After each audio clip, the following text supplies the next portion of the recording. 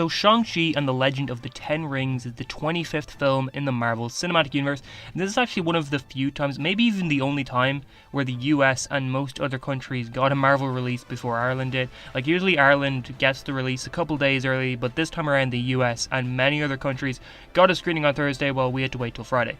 But nonetheless, it was kind of awesome to have yet another MCU film so soon after Black Widow, to the point where it was actually genuinely really hard for me to get into the headspace of there's a new Marvel movie coming out. It's kind of crazy.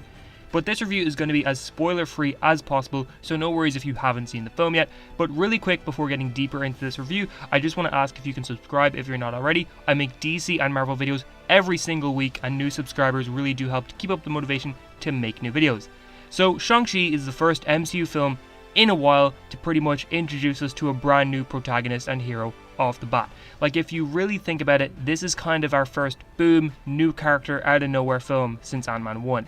With Captain Marvel, we had prior setup with Avengers Infinity War's credit scene. With Black Panther and Spider-Man, we had their introduction in Civil War. Even with Doctor Strange, we already had a name drop of him in Captain America the Winter Soldier. So for those reasons, there is definitely an early MCU feel with this film. And that's not a bad thing at all. Honestly, it's quite the opposite, because this film really does give you a sense of nostalgia even though you're being introduced to all these characters for the first time. The absolute biggest thing this film had going for it were the fight scenes, the hand-to-hand combat and the choreography, and yes, it is by far the best we've seen in this corner of the MCU since the Winter Soldier. I personally think Captain America 2 is still the gold standard for fights in the MCU. Like goddamn, just look at this scene.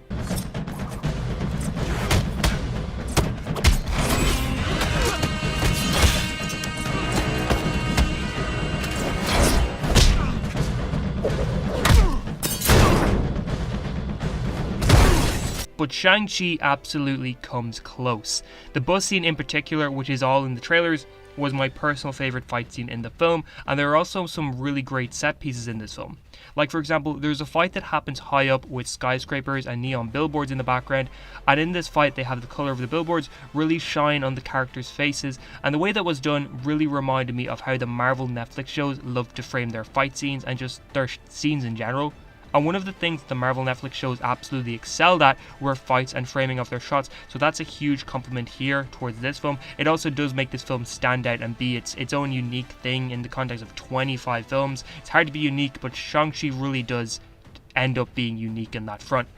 Colour in general is also used fantastically well at some points throughout the film. Now, I'm not going to say it's used well the whole way through, because there are definitely times when there is that grey washed out look that the MCU kind of uses a lot. The third act in particular, as exciting as it was, does have that serious washed out look to it, but when they used colour well in this film, it was the best the MCU has looked since, I want to say, Thor Ragnarok. It's also really easy to forget that this was a superhero film. Like, it wasn't until we were kind of coming into the end of the film and we kind of like got a look at the superhero costume for the first time, I kind of just remembered this is a superhero film, because for the most part it does not feel like a superhero film. It's probably the most unique in the MCU in that regards, where it really does not feel like your average hero film. The villain of this film, who is Shang-Chi's father, and who is the real Mandarin of the MCU, which I don't think that's a spoiler, I'm insanely sorry if it is, but I feel like most people going into this film from the various trailers and news articles know at this point that this guy is supposed to be the actual Mandarin and is supposed to be Shang-Chi's father. But it's kind of crazy that we're finally seeing this guy almost 10 years later, after both Iron Man 3 and the one-shot All Hail the King set him up. Now, he is a very good and very intimidating villain. I probably need to rewatch the film, but at the moment I'd say it's likely he's in the top half of MCU films, at least for me. He was definitely better than Black Widow's villains anyway, that is for sure, because that was probably the weakest part of Black Widow. As for the rest of the characters, outside of Shang and Mandarin, there unfortunately isn't a crazy amount to write home about. No one was really bad, but I feel like most of the characters weren't really fleshed out or didn't get much to do. Like, there were scenes with 4 or 5 main characters when only really 1 or 2 of the characters are actually adding anything to that scene, while the others just sort of stand around. I also unfortunately don't think anyone really stood out from the film. Like, for a while now in the MCU, there'd always be that one character that you can walk away from the movie saying, I really want to see them more, I can't wait to see more of them in the MCU. For Black Widow, for example, that was Yelena. Like, Yelena was that character where everyone cannot wait to see her next.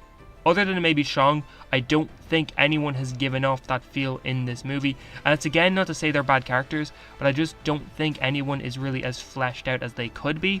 The soundtrack is another huge win in this film. The main theme and the music they use in many of the fight scenes is fantastic, and I just all around really loved it.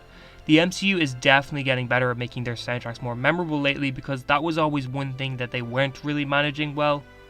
Other than that though, I'm not really sure what else I can say without getting into spoilers. I really enjoyed the movie. I thought it had great fight scenes, great cinematography, and a great soundtrack. When it tried to use colour well, it really did use it well. The characters could have been better, and there's also a couple times where I felt certain scenes were a little too expositionary, but other than that, I really did enjoy the film. But have you seen Shang-Chi and the Legend of the Ten Rings? If you have, did you like it? Did you not like it? Are you planning on seeing it? Let me know, and if you enjoyed this video, please remember to like, share, subscribe, and all of that, and I hope you have a great day.